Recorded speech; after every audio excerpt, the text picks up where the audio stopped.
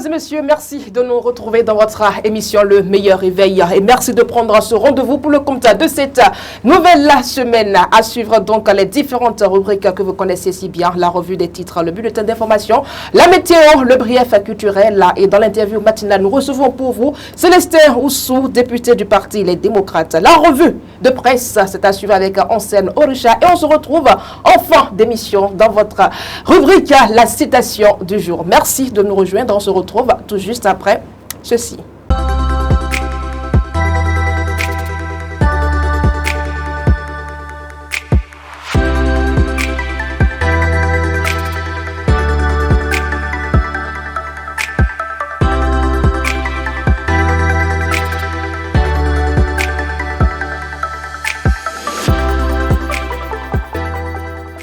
Mesdames et messieurs, le groupe de presse La Guérite passe par ce canal pour souhaiter une très bonne fête à toutes les femmes du monde entier. Et voilà Faouzia Sefou qui est déjà installé sur ce plateau pour la toute première rubrique de votre émission, la revue des titres. Faouzia Sefou, bien le bonjour. Bonjour à vous Latifat Kounou et bonne fête à vous.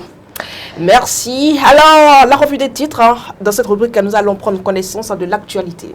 C'est Elsa et ce matin, nous démarrons avec le quotidien Maison La Guérite qui affiche en sa manchette effervescence politique en prélude à la présidentielle. Série d'activités de la plateforme des mouvements pour ce week-end.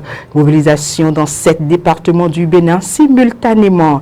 Toujours en politique à la une du quotidien La Guérite, à clé en main dans le Koufo. KEV et Gros 2026 unis autour du duo Wadaï Talata, une journée historique pour l'éducation et la mobilisation citoyenne. Toujours en politique à la une du quotidien La Guérite, naissance du mouvement des jeunes célestes du Bénin pour Ro.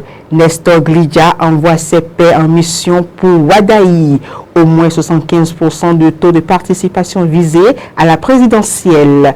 Et pour terminer avec ce quotidien, soutien à Wadaï Talata, la GAP Waro officiellement lancée à Calavi. Le message fort de Jean-Baptiste Hunguet aux populations. Nous passons à présent au quotidien Adjatia News de Mas Gaspard Adjamossi. À la manchette, on peut lire Zéphyrin d'oignon sur la célébration du 8 mars hier.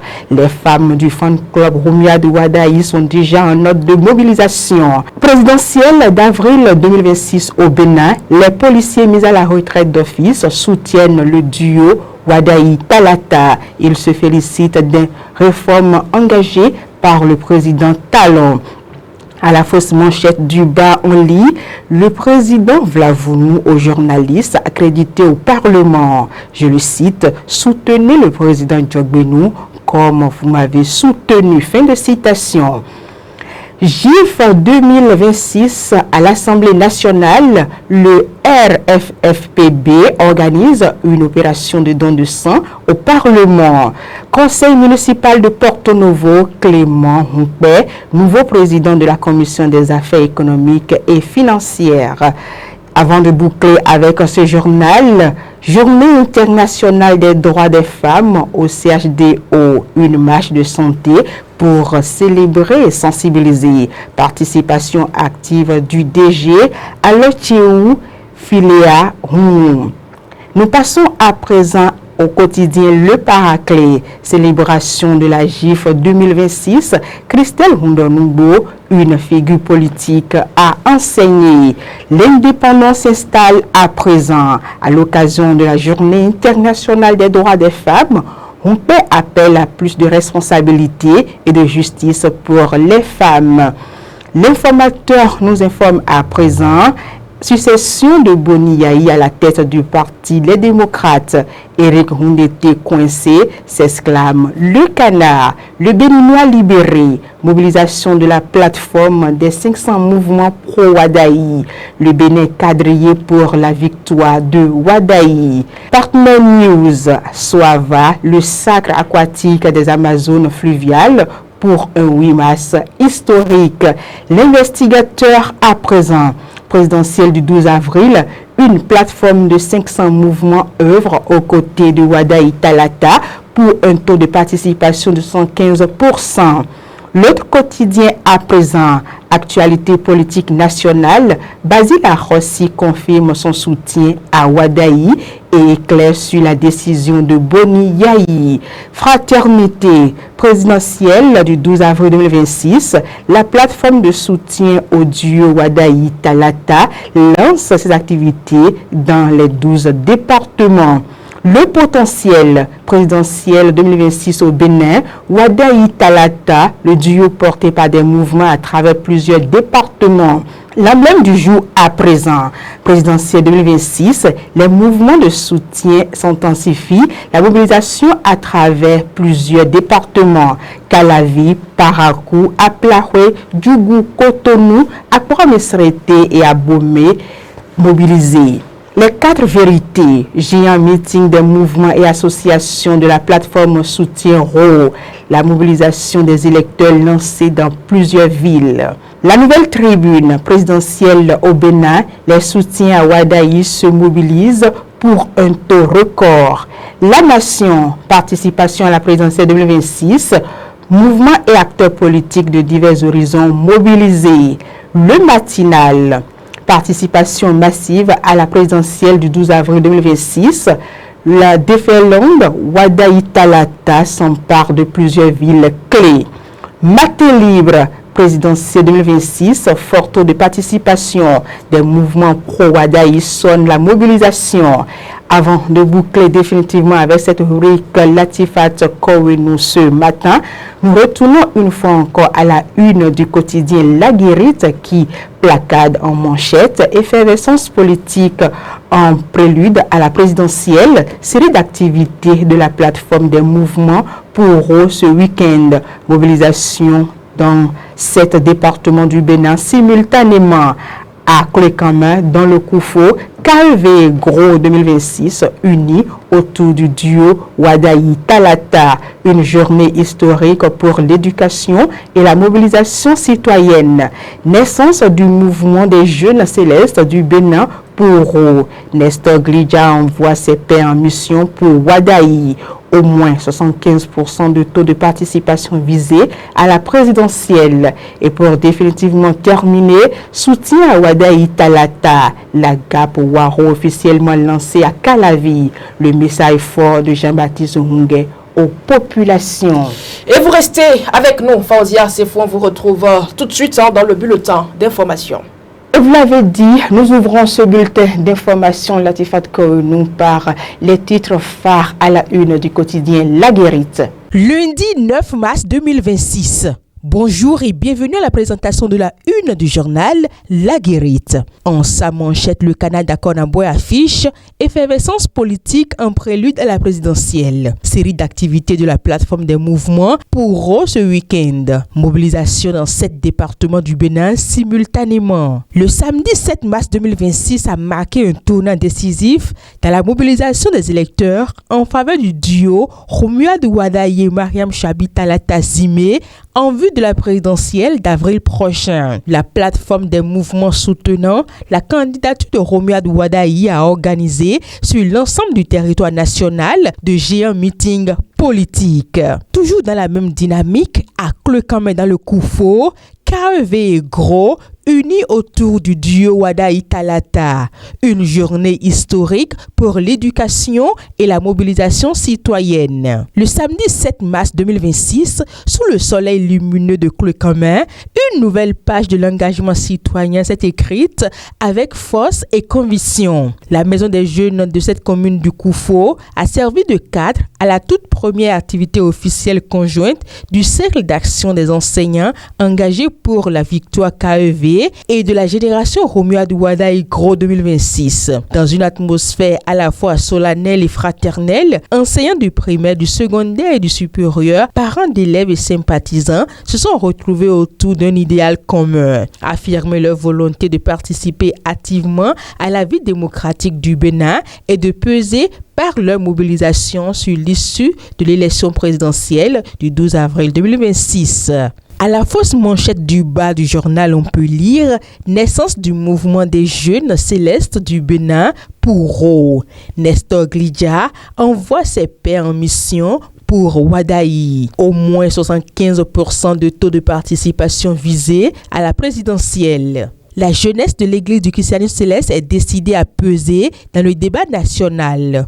En amont, elle entend s'impliquer activement dans la présidentielle du 12 avril, non seulement en faisant bloc derrière le ministre d'État candidat Romuald Wadaï, mais en travaillant efficacement sur le terrain pour une forte participation des citoyens à ce scrutin. Pour ce faire, la jeunesse céleste a procédé au lancement officiel du mouvement des jeunes célestes du Bénin pour 2026. La cérémonie qui s'est déroulée samedi 7 mars 2026 à Cotonou a mobilisé les jeunes célestes du MJCBR 2026 venus de différentes communes du pays avec le soutien de plusieurs autres organisations engagées pour la même cause. Et pour terminer ce matin, soutien à Wadaï Talata, la GAP Waro officiellement lancée à Calavi. Le message fort de Jean-Baptiste Hunguet aux populations. La commune d'Abomey-Calavi a accueilli ce samedi 7 mars 2026 le lancement officiel de la Grande Alliance Populaire Romuald Wadaï GAP Waro. À travers cette initiative, les leaders du mouvement entendent mobiliser les populations autour de la candidature du duo présidentiel Wadaï Talata et encourager un vote massif lors de l'élection présidentielle. Ainsi prend fin cette rubrique. Merci de nous avoir suivis. À demain.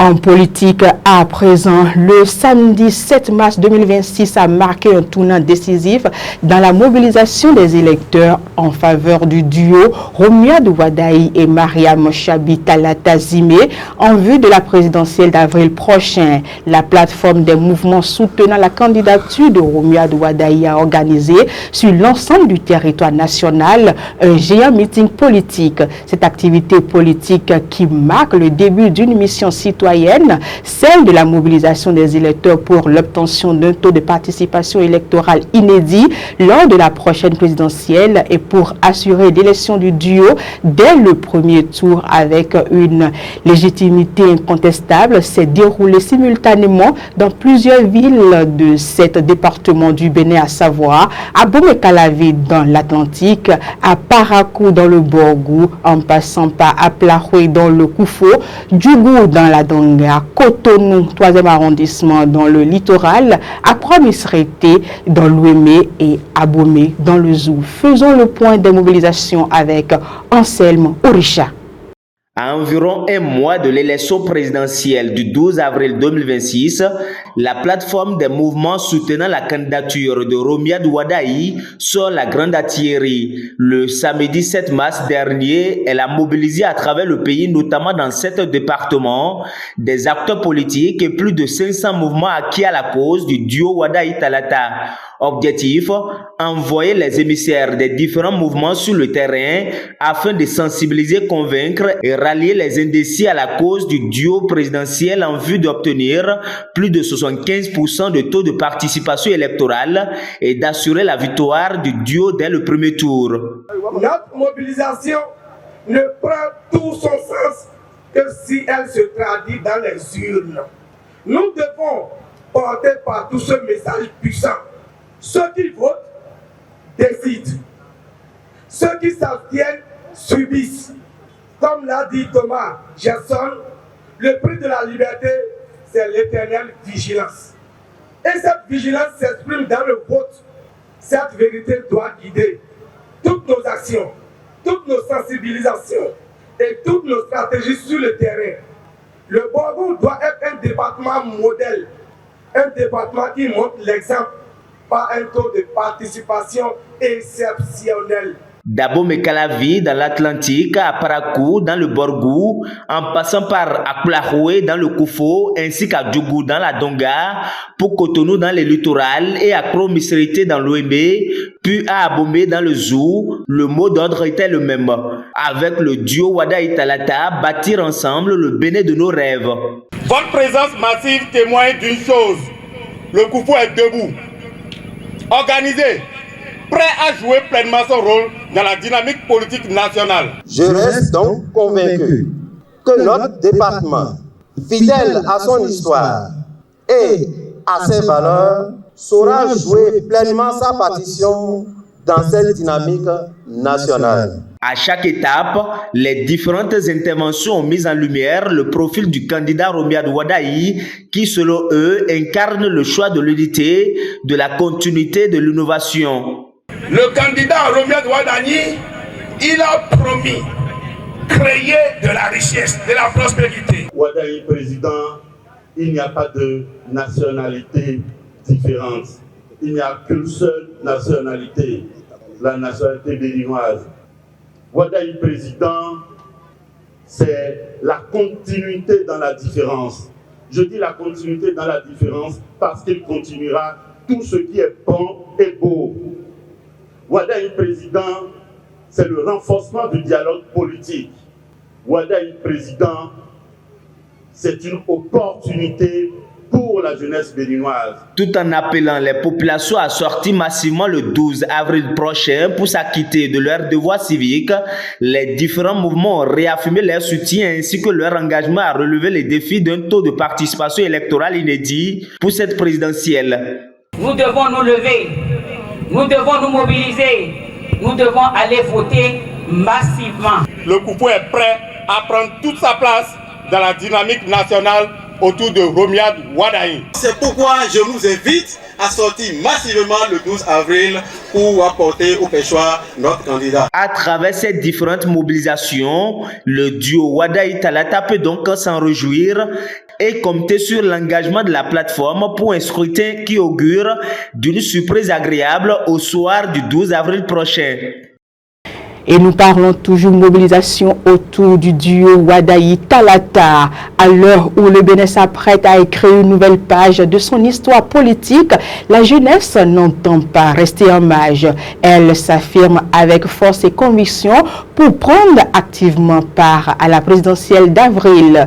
Ainsi, ce samedi 7 mars 2026, sous un ciel ensoleillé, s'est tenue à Cotonou la cérémonie de lancement officiel du mouvement des jeunes célestes du Bénin pour 2026, c'est-à-dire le candidat Romuald Wadayi. Plus qu'un simple rassemblement, c'est une mission citoyenne qui sonne comme un défi que ces jeunes déterminés de l'Église du christianisme céleste se sont assignés avec foi et responsabilité. Le point. Réunis au sein du mouvement des jeunes célestes du Bénin pour 2026, ces jeunes de l'Église du christianisme céleste venus de différentes communes du Bénin affichent une mission claire. Prendre une part active à la présidentielle 12 avril d'une part et d'autre part contribuer au développement du Bénin sur les prochaines décennies. Ainsi, portés par leur foi, animés par un profond sens de responsabilité citoyenne, ils ont décidé de sortir du bois, c'est-à-dire de s'engager officiellement. À l'occasion de la cérémonie de lancement de leur mouvement JCBR 2026, ce samedi 7 mars 2026, ils ont publiquement réaffirmé leur engagement à œuvrer pour porter au pouvoir le duo candidat Wadayi-Talata. Dans une atmosphère empreinte de ferveur et de détermination, les membres du mouvement ont exprimé leur volonté de prendre toute leur place dans le débat national et dans le processus électoral en cours. Nous sommes une jeunesse héritière d'une grande tradition spirituelle, une jeunesse formée à la discipline, au respect. Mais aujourd'hui, l'histoire nous interpelle. Pour Nestor Glidja, coordonnateur national du mouvement JCBR 2026, l'enjeu de l'élection présidentielle dépasse les clivages ordinaires. Il s'agit selon lui d'un rendez-vous crucial avec l'histoire, un moment décisif qui place chaque jeune face à ses responsabilités. L'élection présidentielle de 2026 ne sera pas une élection ordinaire. Elle sera une élection de défi. Un défi économique, le défi de la formation, de la compétitivité et de la place de la jeunesse dans les décisions nationales. Convaincus de la nécessité de consolider les acquis et d'ouvrir une nouvelle perspective de développement, les jeunes célestes du Bénin accordent leur confiance à la candidature du ministre Romuald Wadayi et de sa colistière Mariam Chabi Talata. À leurs yeux, le tandem incarne la continuité des réformes et l'élan vers une gouvernance davantage axée sur la compétence et la performance. Romuald Wadayi incarne une génération de compétences, de méthodes et de modernité. Et nous croyons qu'en 2026, le Bénin aura besoin d'une gouvernance capable de consolider les acquis et d'ouvrir de nouvelles perspectives pour la jeunesse. Bureau de coordination nationale du mouvement des jeunes célestes. Merci, merci, merci pour votre engagement. Votre soutien au duo Wadayi-Talata est un signal fort. Mais au-delà des mots, le plus grand travail qui nous attend tous ici rassemblés aujourd'hui se passera sur le terrain. C'est dans les quartiers, dans nos familles, dans nos arrondissements, dans nos communes que le travail se passera. Aujourd'hui, Mouvement des jeunes célestes du Bénin est représenté dans tous les départements du Bénin. Nous disposons aujourd'hui de plusieurs réseaux, mais je nous invite tous aujourd'hui à aller sur le terrain. Chaque jeune ici est invité aujourd'hui à convaincre au moins 10 jeunes de son environnement pour qu'au soir du vote, qu'on remarque que la jeunesse béninoise, la jeunesse céleste accompagne réellement, accompagne de façon consciente. Déterminés à transformer leurs convictions en action, ils se sont fixés un objectif ambitieux, celui de contribuer à un taux de participation électorale d'au moins 75%. Une mobilisation qu'ils entendent mener à travers une stratégie affichée qui repose sur la sensibilisation des communautés à la base. Notre objectif est clair. Nous visons un taux de participation d'au moins 75% du nombre total de votants inscrits sur la liste électorale informatisée. Ce n'est pas un chiffre symbolique, c'est un engagement. Avant de clore son allocution, le coordonnateur national a lancé un appel solennel à l'ensemble des fidèles et sympathisants jeunes de la communauté céleste du Bénin, celui de faire bloc en s'inscrivant massivement dans le processus électoral et en votant avec un esprit de paix, de responsabilité et de foi. Il est très important, très capital pour nous, en tant que céleste, d'aller au vote le 12 avril, d'aller très tôt faire porter leur choix sur le candidat que nous souhaitons avoir comme président de la République. Après Cotonou, nous irons aussi contacter nos cellules de base parce qu'avant qu'on ne soit ici, nous avons déjà formé des bureaux communaux, même voire au niveau des arrondissements. Il faut maintenant qu'on passe à la phase concrète de réalisation. Au-delà de leur appartenance religieuse, ces jeunes de l'église de Chofa entendent ainsi assumer pleinement leur rôle de citoyens. Entre foi et engagement civique, ils affirment leur volonté de prendre leur destin en main et de contribuer à bâtir un Bénin plus prospère, porté par une génération de compétences, d'audace et de vision. Toujours ce 7 mars, c'est-à-dire le samedi 7 mars 2026, sous le soleil lumineux de Clec en main, une nouvelle page de l'engagement citoyen s'est écrite avec force et conviction. La maison des jeunes de cette commune du Koufou a servi de cadre à la toute première activité officielle conjointe du cercle d'action des enseignants engagés pour la victoire KEV et de la génération Romuald Wadayi Gros 2026. Dans une atmosphère à la fois solennelle et fraternelle, enseignants du primaire, du secondaire et du supérieur, parents d'élèves et sympathisants se sont retrouvés autour d'un idéal commun, affirmer leur volonté de participer activement à la vie démocratique du Bénin et de poser par leur mobilisation, bien sûr, sur l'issue de l'élection présidentielle du 12 avril 2026. Fort forte mobilisation des mouvements KEV Gros 2026 dans le département du Koufo. À Cloué-Camin, localité d'origine du candidat, la Maison des Jeunes a servi de cadre à un important rassemblement stratégique ce samedi 7 mars 2026. L'objectif est clair, afficher avec détermination et engagement la montée en puissance du soutien populaire en faveur du jeune argentier béninois dans la course à la magistrature suprême.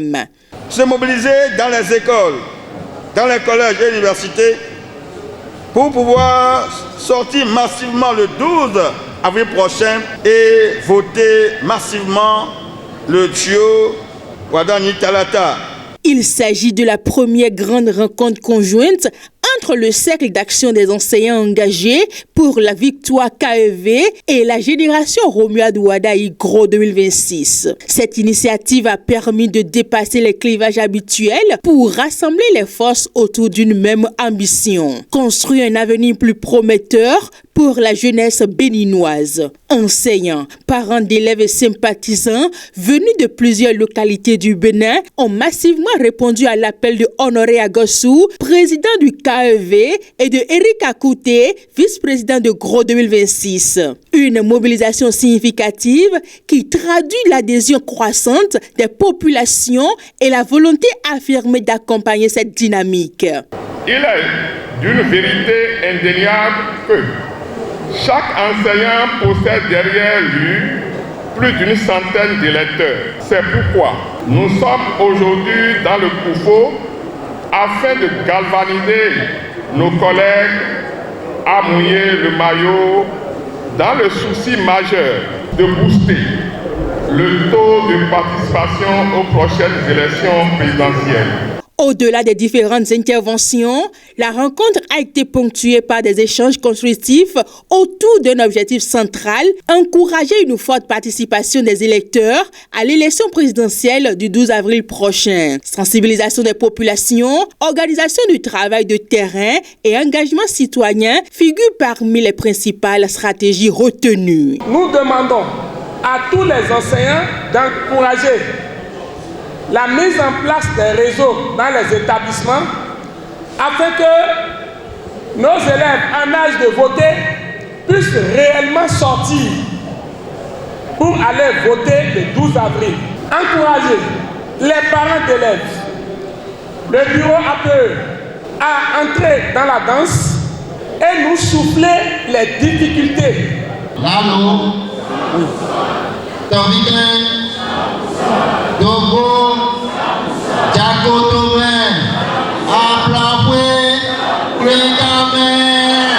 À quelques semaines de scrutin, cette rencontre apparaît comme un signal fort. Elle traduit l'engagement d'une jeunesse consciente des défis actuels et résolue à jouer pleinement son rôle dans l'évolution politique du pays. Vous avez vu la mobilisation, ça prouve réellement qu'il y a l'adhésion populaire autour de la candidature du duo candidat Romuald Wadayi et Madame Tchabi Talata. Nous sommes engagés et dans les collèges, on a le mouvement des élèves, les enseignants sont là et nous-mêmes au niveau du département, on essaie de travailler et d'arrache-pied pour pouvoir impacter même les parents de la maison. Et comme vous l'avez constaté, les collègues sont venus et je pense que la mobilisation a commencé réellement par prendre. Tous les mouvements concourent à la même chose. Là où je ne suis pas, vous y êtes. Là où vous n'y êtes pas, moi j'y suis. Donc c'est combiner les énergies pour qu'ensemble on puisse grandir ensemble et vieillir ensemble. Et on doit se donner les mains pour vraiment travailler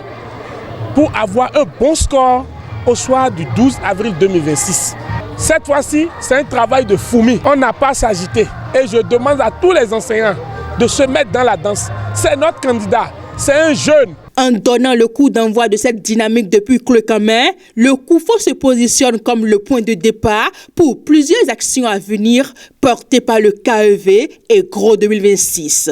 L'ambition est claire, contribuer à la victoire du duo Wadayi Talata tout en défendant les préoccupations du monde enseignant pour un Bénin davantage prospère et solidaire. En bref, à présent, la coordination nationale du Parti Les Démocrates a décidé de suspendre tous les cadres qui, sans avoir reçu l'autorisation, ont exprimé leur soutien à l'un des candidats à l'élection présidentielle de 2026. L'information a été confirmée par le secrétaire national à la communication du parti, Guy Mitokwe. Selon lui, cette mesure vise à rappeler la discipline et la cohésion au sein de la formation politique alors que la campagne électorale s'approche et que la direction du parti entend encadrer strictement les prises de position publiques de ses membres.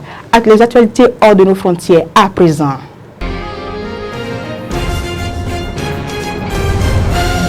Loin des terres béninoises à présent, alors que l'Iran est toujours la cible des bombardements israélo-américains, l'Assemblée des experts a désigné ce dimanche 8 mars Mojtaba Khamenei, fils de l'ancien chef de l'État tué au premier jour de la guerre, comme nouveau guide suprême. Les détails.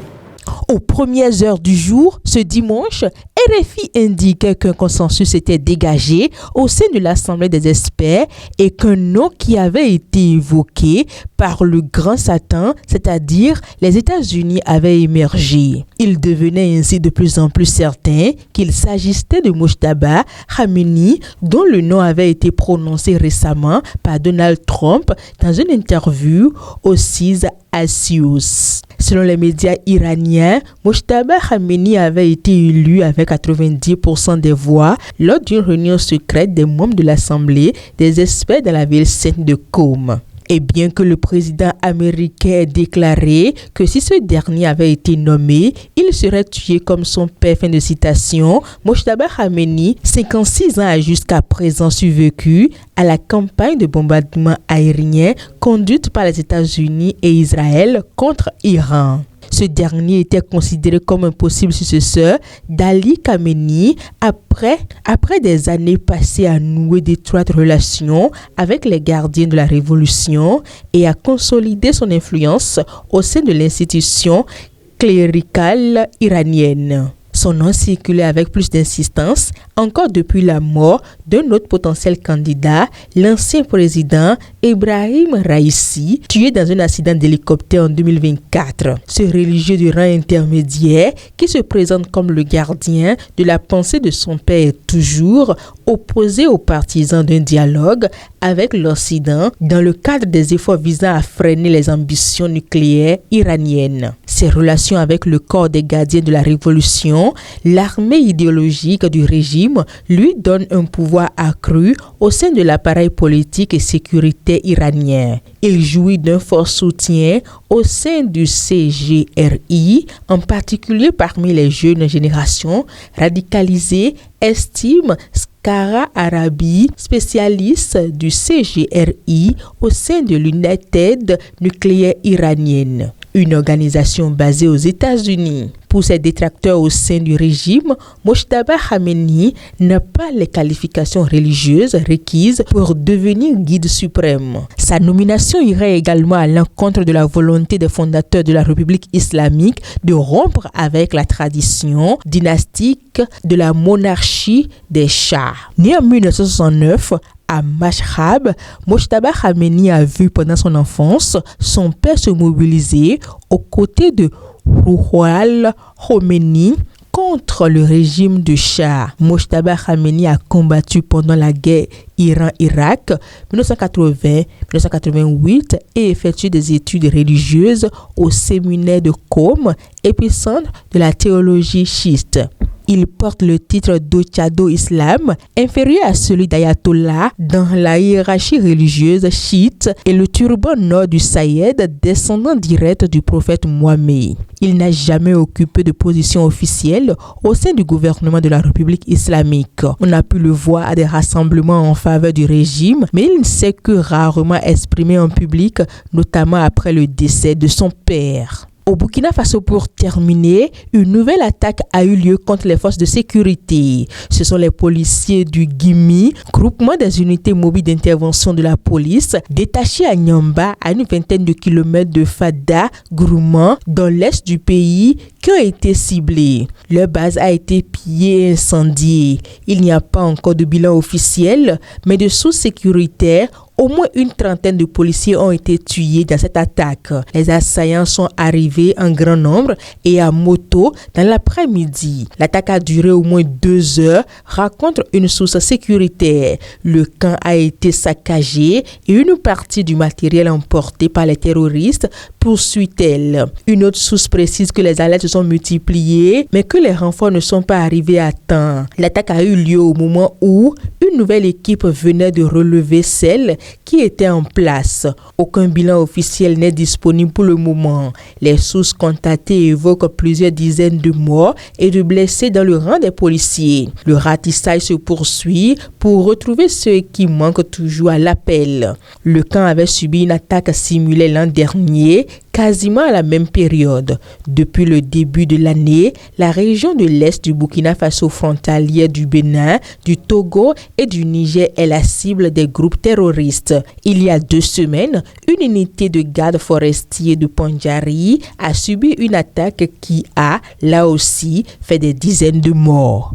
Ainsi prend fin ce bulletin d'information que je vous remercie d'avoir suivi. Latifat Koronou, à vous. Merci à vous, Fauzia Sifou, pour l'exercice du jour. Mesdames et messieurs, nous vous invitons à suivre à présent la météo du jour.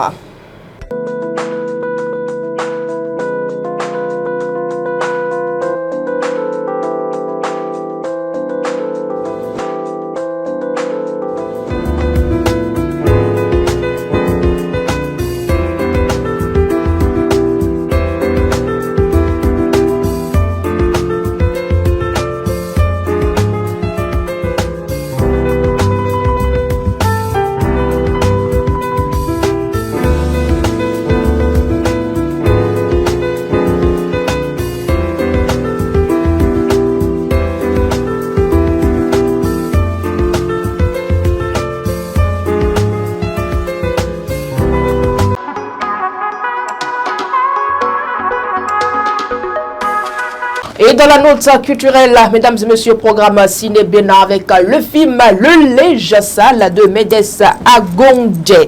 Un film de 26 minutes qui sera donc diffusé demain, mardi 10 mars 2026 à l'auditorium à partir de 19h00. En résumé, mesdames et messieurs, Le Linge Sale parle de Théodore. Théodore, veuf inconsolable depuis 15 ans qui ne parvient pas à faire son deuil. Fauziat, jeune mère célibataire et pauvre, obtient un travail hebdomadaire, laver les robes précieuses de la défunte épouse de Théodore. Impressionnée par la maison de son employeur, elle imagine vite y trouver une chance d'avenir pour son fils de 7 ans, Eli. L'avant-premier film, mesdames et messieurs, sera suivi dans l'échange avec Médès Agongé.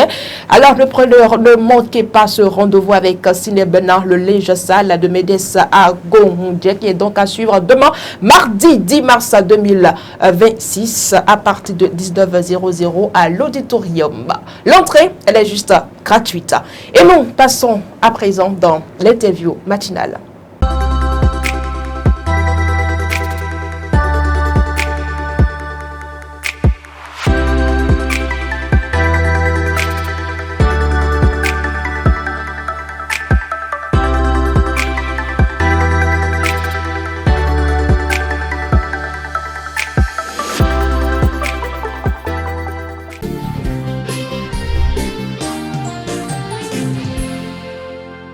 Mesdames et messieurs, merci de nous retrouver dans l'interview matinale de ce jour. Aujourd'hui, nous recevons pour vous Célestin Oussou, député du parti Les Démocrates. Avec lui, nous allons nous informer un peu de l'actualité au sein du parti Les Démocrates depuis la démission de son président, Dr Thomas Boni Yayi. Honorable Célestin Oussou, bien le bonjour. Bonjour. Merci pour votre disponibilité. C'est moi qui vous remercie également. Alors, honorable Célestin Oussou, que se passe-t-il concrètement au sein du parti Les Démocrates depuis, ou bien, pour commencer, comment se porte le parti depuis la démission de son président? Bon, écoute, il n'y a rien d'extraordinaire. Le président Yayi, pour des raisons de santé, puisqu'il ne l'a pas caché, pour des raisons de santé, et ça fait longtemps que le président Yayi nous prévenait que sa santé a pris un coup. Et nous nous informaient, ils nous prévenaient de tout ça. Et donc, c'est arrivé le moment. Et je crois quand même que pour ces raisons-là, et pour cette raison principale, il a décidé quand même de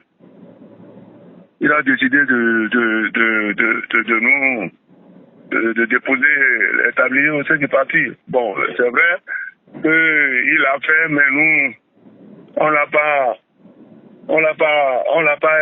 pas voulu comme ça. Parce que c'est vrai que ça ne va pas, mais nous pensons quand même que le moment est peut-être trop tôt pour nous.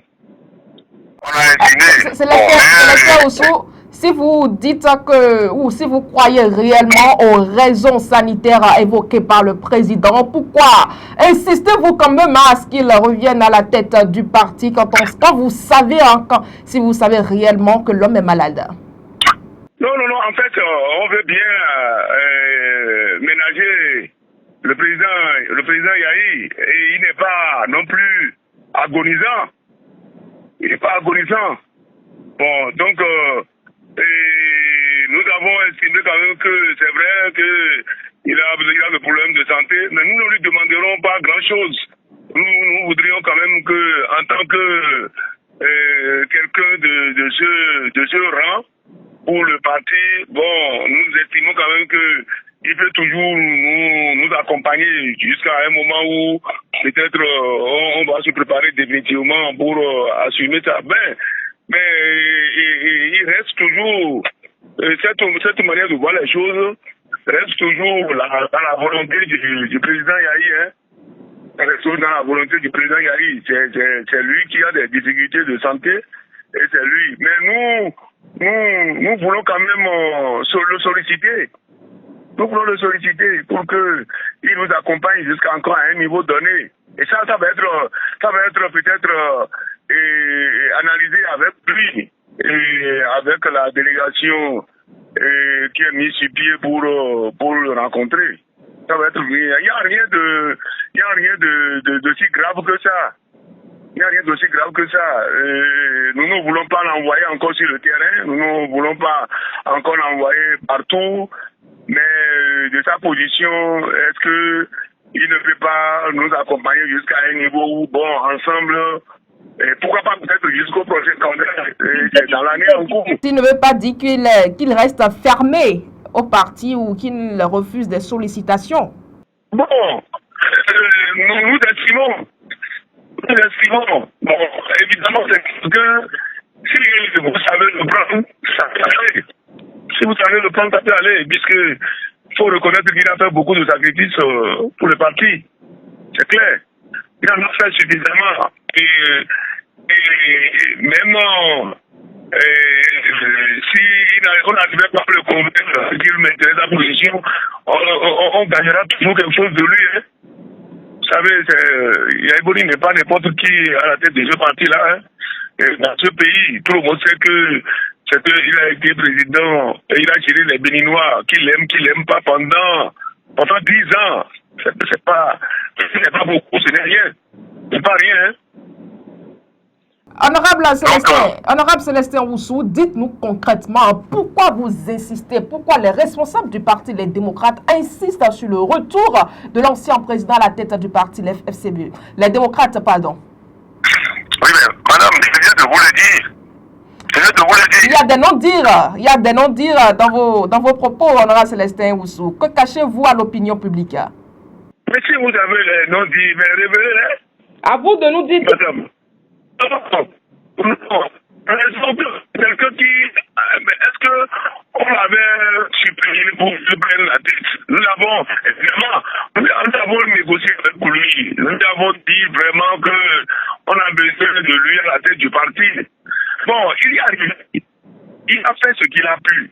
Avec son concours, nous avons réalisé des exploits. Bon, on est allé aux élections. On a raté 2 élections. On a fait la troisième, ça a donné ce que tout le monde a vu.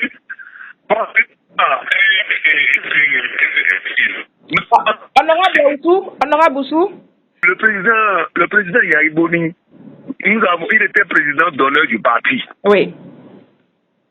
Bon. Et Après, nous l'avons sollicité à la tête du parti. Et il est venu. Nous avons fait 3 ans. C'est vous qui l'avez sollicité ou bien il a voulu être à la tête du parti? Non, nous avons travaillé pour qu'il soit à la tête du parti. Nous avons travaillé pour qu'il y soit. Nous avons travaillé pour qu'il y soit. Ce n'est pas que il est venu, il a dit qu'il va prendre. Non. C'est au regard de la situation en ce moment-là que nous avons estimé qu'il devrait être l'homme de la situation.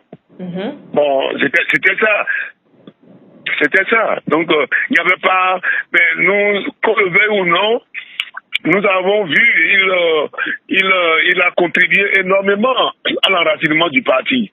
Personne ne peut le dénier. Bon, maintenant, il a décidé de partir pour des raisons de santé. Il faut reconnaître quand même que au sein du parti, il y a des frictions.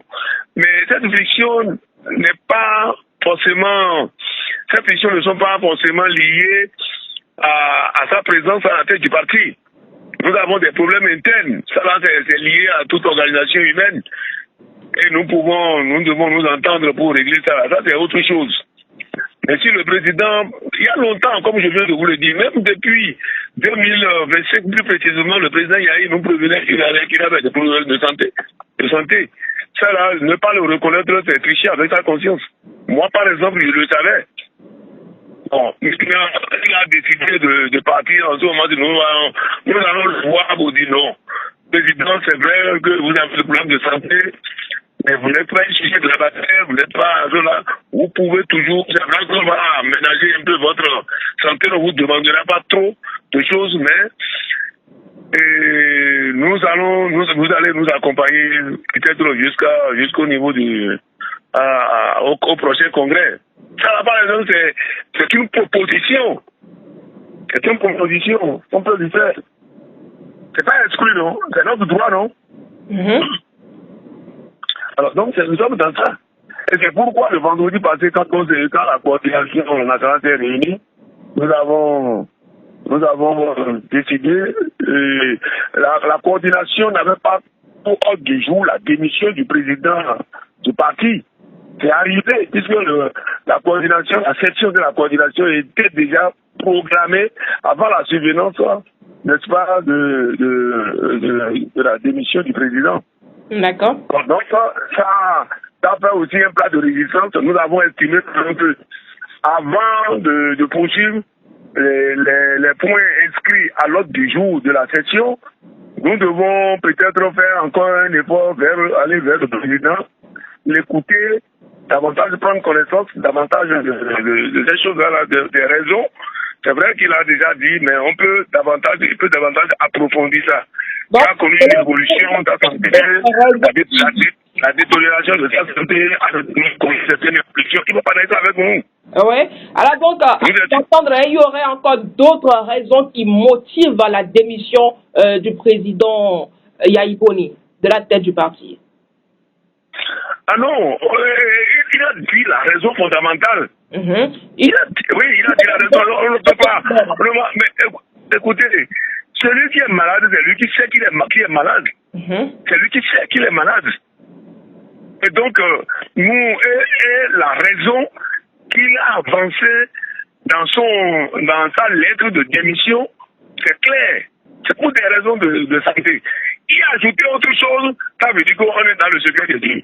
Ce que moi, je ne le suis pas. Moi, je ne le suis pas. Alors, vous avez évoqué tantôt des problèmes internes qui subsistent au sein du parti Les Démocrates. De quoi s'agit-il concrètement? Non, mais écoutez, madame, s'ils ne sont pas allés aux élections présidentielles, communales et municipales, c'est pas une prière, ça. C'est pas une bénédiction, ça, non? C'est pas signe d'une entente, ça. Tu es d'accord avec moi, non?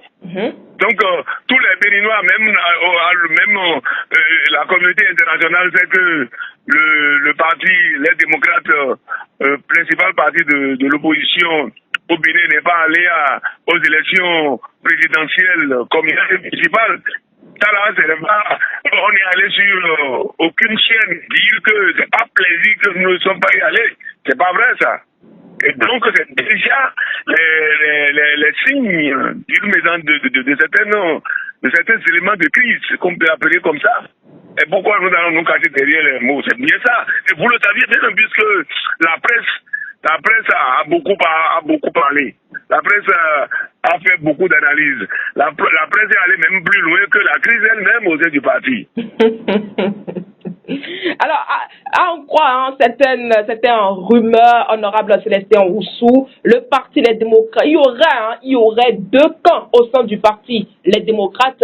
L'un qui voudrait quand même soutenir le pouvoir en place, la candidature de Romuald Wadayi, et le deuxième camp qui persiste à maintenir le parti Les Démocrates comme un parti de l'opposition. Est-ce vrai? Bon, écoutez, ça c'est normal. Qui est toujours des tendances, des courants. Et l'absence d'un courant ou de cette préférence-là, et l'absence de tout ça au sein d'une formation politique, ça va faire de cette formation politique peut-être une eau tranquille. La politique ce n'est pas, comment appelle-t-on, un frère d'eau. Je dirais un océan tranquille. Non, pas du tout, c'est pas vrai ça. Il doit y avoir des réflexions. Il doit y avoir des tendances. Ce qui est important aujourd'hui, c'est la position du parti. Bon, et la position du parti, le parti va toujours se prononcer par rapport à l'actualité politique. Ça, c'est pas un mystère, ça. Donc, qui est d'autres qui veulent bien sûr travailler de manière à contribuer à l'élection du prochain président, c'est tout à fait normal. Qui est d'autres qui s'y opposent, c'est aussi normal. L'essentiel aujourd'hui est qu'on arrive à colmater les brèches et qu'au sein du parti, qu'on retrouve la lumière qu'il faut. Avec cette division qui existe déjà au sein du parti Les Démocrates, honorable Célestin Oussou, que deviendra le parti Les Démocrates dans les prochains jours? C'est pas une division, je vais parler plutôt de courant. Deux courants au sein du parti. Donc, on va enregistrer des démissions dans les prochains jours.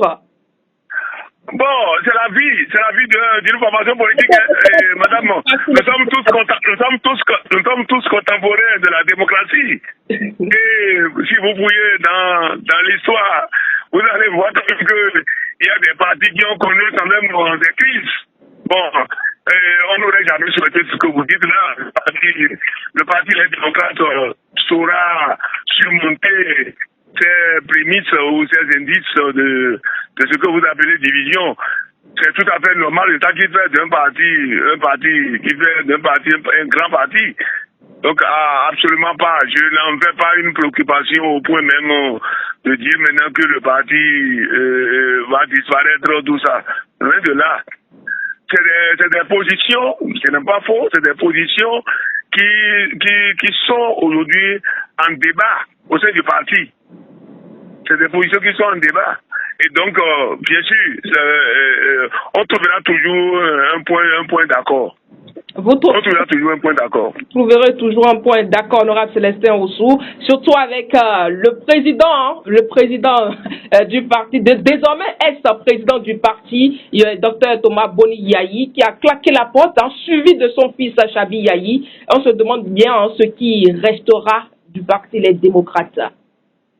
Bon, mais je dois rectifier quelque chose. Ce n'est pas ex-président, parce que vous êtes bien informé que la coordination a rejeté en fait sa démission. Et donc, pour nous, et légalement, il est encore président du parti. Donc ça, j'ai tenu à rectifier ça. Le président du parti, les démocrates, aujourd'hui, c'est le président Thomas Boni Yayi. Ça dit que vous allez à demeurer le président du parti? Pardon? Vous allez l'obliger à demeurer toujours, être... Non, je vous ai dit aujourd'hui qu'il y a une délégation qui est constituée pour aller vers le président Boni Yayi. Mais si à l'issue de ça maintenant là, on obtient gain de cause, vous avez dit comment? Que c'est le nouveau président, non, je ne crois pas. Nous, c'est la suite que nous avons donnée à sa lettre de démission qui va encore déterminer son statut. D'accord. Nous, aujourd'hui, on a rejeté ça. Voilà ce que la suite que nous avons réservée. Jusqu'à ce que nous avons dit, on prendra acte après une délégation soit partie le voir. Et c'est ce que nous sommes en train de faire. Donc, dans cette période où nous sommes, toute intervention doit quand même reconnaître que le président du parti Les Démocrates demeure toujours le président Boni Yayi. Voilà ce que je tiens à rectifier à ce niveau-là. Bon, maintenant, vous avez parlé de la démission de son fils, tout ça. Non, vous savez, il y a une chose que je vais vous dire. Une chose que je vais vous dire. Et le militantisme au sein d'une formation politique reste avant tout un acte volontaire. Est-ce que m'a revenu à démissionner? Vous allez dire comment? Vous allez dire quoi? C'est la même chose. Ce n'est pas forcément les mêmes causes. C'est pas forcément les mêmes causes. C'est pas parce que le fils a dit, bon, écoutez, moi, je sors du parti. Et le fils n'est pas le premier. Vous avez suivi en 2025 passé, il y a eu des sorties. Même en 2026 maintenant, il y a eu des sorties, non? Pourquoi ça ne vous a pas intéressé? Non, ça nous a pas intéressé, hein, parce que là, on parle quand même de la démission du président du parti suivi de son fils. Pourquoi les deux démissionnent de façon simultanée? Mais oui, je vous prie de voir ces deux démissions de façon séparée et de façon indépendante. De façon indépendante. C'est ce qu'il faut savoir aussi, ça. C'est de façon indépendante. Et il y a eu juste une forte coïncidence. Juste une forte coïncidence. C'est tout. Bon, donc, il n'y a pas que le fils soit militant que d'autres. Non, ce n'est pas vrai. Il n'ose même pas le dire comme ça. Lui, c'est un acte volontaire qu'il a exprimé et on doit le lui reconnaître.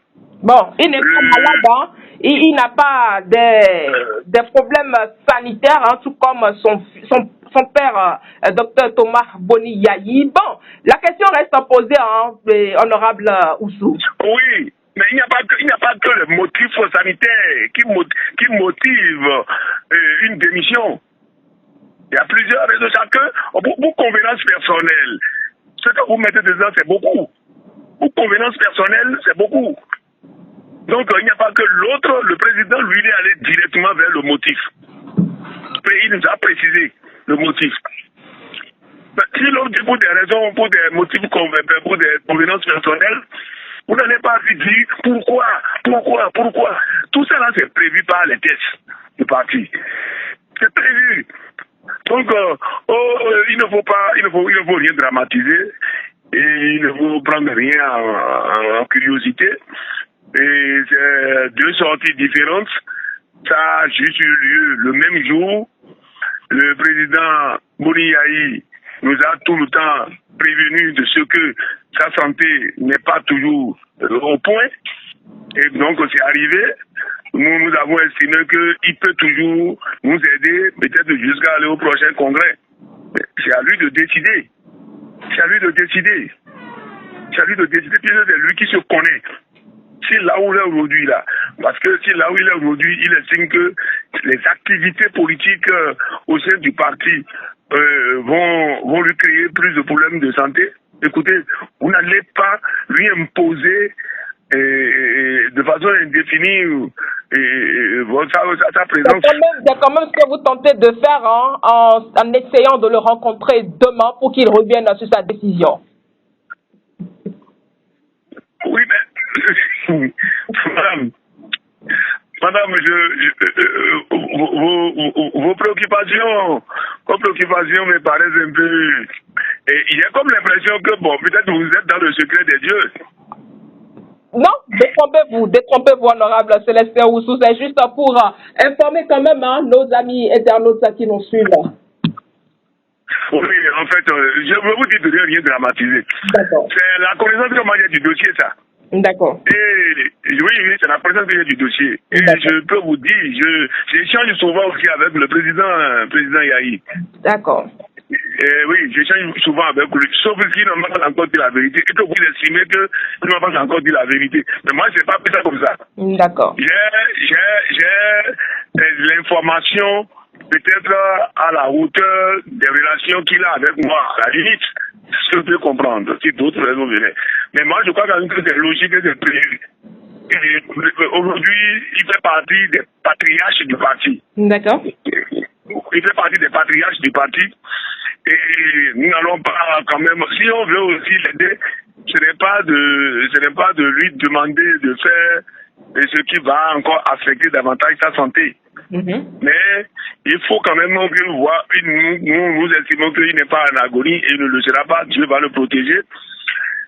Et puis, bon, nous pensons vraiment que, mais nous avons estimé que, bon, et un père à côté, et c'est toujours les gens vont le craindre par rapport aux fils, aux enfants. C'est de ça. Nous pensons que nous pouvons continuer à bénéficier, n'est-ce pas, de son aura.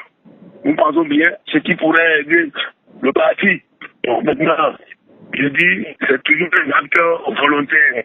D'accord. C'est un acte volontaire. Une dernière question, honorable Célestin. Vu votre proximité avec le président Dr Thomas Boniyayi, seriez-vous parmi la délégation qui va à sa rencontre demain?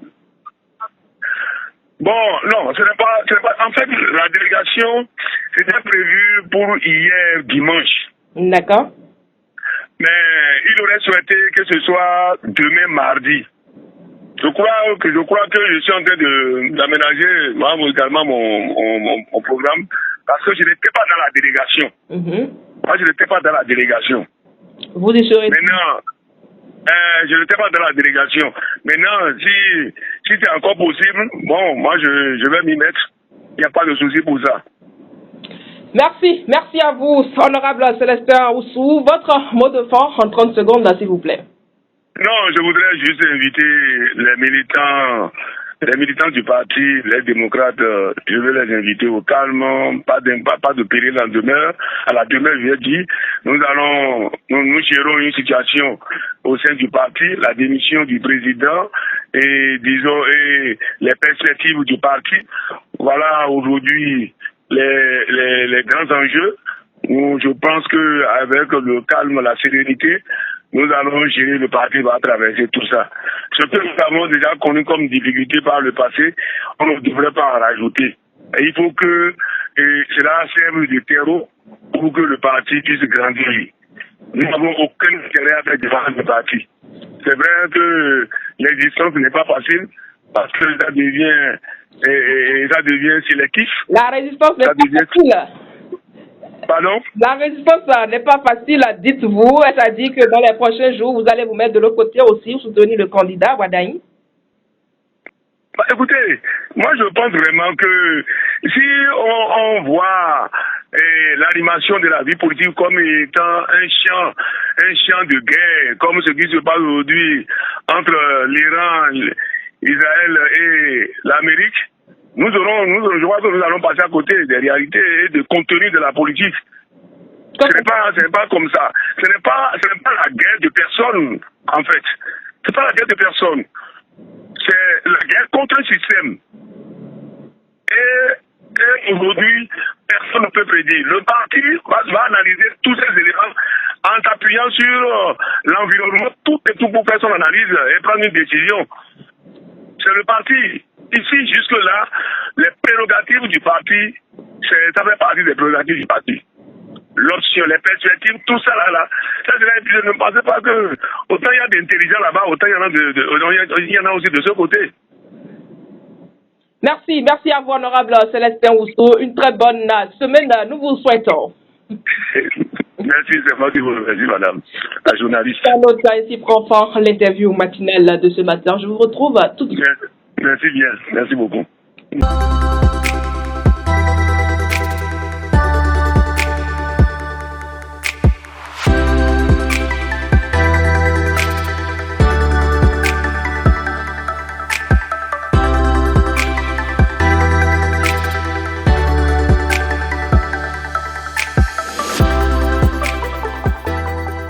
Et après Après l'interview matinale, mesdames et messieurs, je vous invite à retrouver Anselme Orisha dans la revue de presse.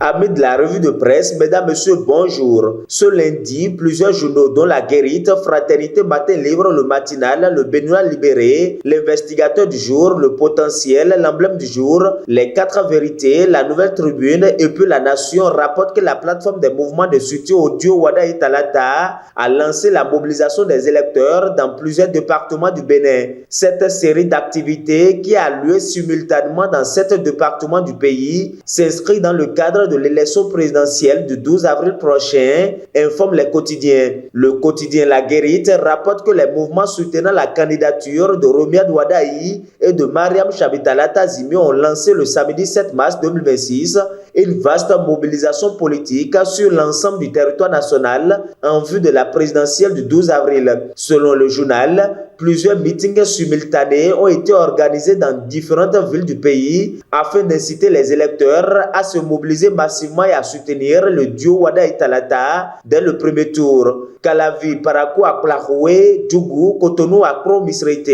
et Abomé mobilisés souligne l'emblème du jour. Les organisateurs visent notamment un taux de participation supérieur à 70%, renseignent les parutions. Toujours d'après La Guérite, les intervenants ont présenté Romiad Wadaï comme un candidat de l'unité nationale, de la continuité et de l'innovation dans la dynamique des réformes engagées depuis 2016 sous le président Patrice Talon. Plusieurs mouvements de soutien ont par ailleurs promis de s'engager activement sur le terrain pour assurer une victoire du duo à l'issue du scrutin du 12 avril. Mobilisation de la plateforme des 500 mouvements pro-Wadaï, le Bénin quatrième pour la victoire de Wadaï, s'exclame le Béninois libéré. Dans le même temps, Agaté News renseigne que dans le cadre de la présidentielle prochaine, les policiers mis à la retraite d'office soutiennent le duo Wada et Talata. Ils se félicitent des réformes engagées par le président Talon, souligne le quotidien.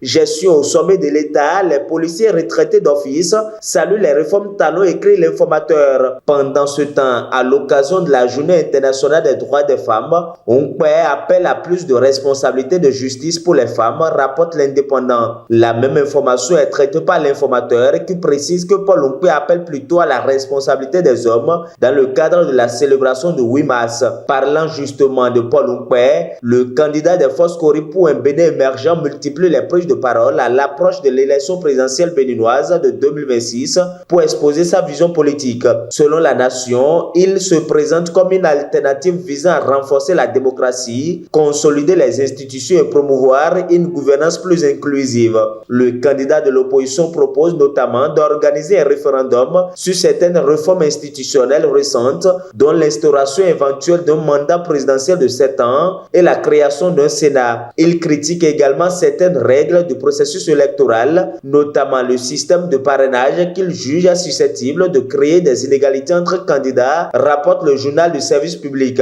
À en croire La Nation, Paul Onkwe met en avant une vision fondée sur la participation citoyenne, la décentralisation et le renforcement du dialogue entre l'État et les populations, estimant que ces principes sont essentiels pour consolider la démocratie et favoriser le développement du pays. Dans la suite de cette revue de presse, l'informateur et Patnes News s'intéresse à la succession de Boni Yaye après sa démission de la tête du parti Les Démocrates. Eric Oundete coincé, s'exclame l'informateur, car pour le moment, note mon confrère, Eric Oundete ne prend pas la tête du parti Les Démocrates. Selon le journal, il devra attendre le rapport des médiateurs envoyé vers le président Boni Yaye et l'ultime décision des instances du parti. En effet, en rejetant la démission du président, la coordination nationale a empêché d'engager conformément au texte du parti sa succession. Eric Oundete se trouve alors dans l'expectative, conclut Partners News. Mesdames, messieurs, amis de la revue de presse, ainsi va l'actualité telle que vue et traitée par les parutions ce lundi. Merci de nous avoir suivis. À demain. Et c'était donc la revue de presse de ce lundi 9 mars 2026. Mesdames et messieurs, nous voilà donc à la fin de ce numéro de votre émission matinale. Et comme nous savons bien le faire, voici donc la citation du jour. Chers amis internautes, n'oubliez pas que les faux amis sont comme des ombres. Ils ne vous suivent que lorsqu'il y a du soleil. Merci, bonne suite de semaine à tous et on se retrouve demain pour un autre numéro de votre émission matinale.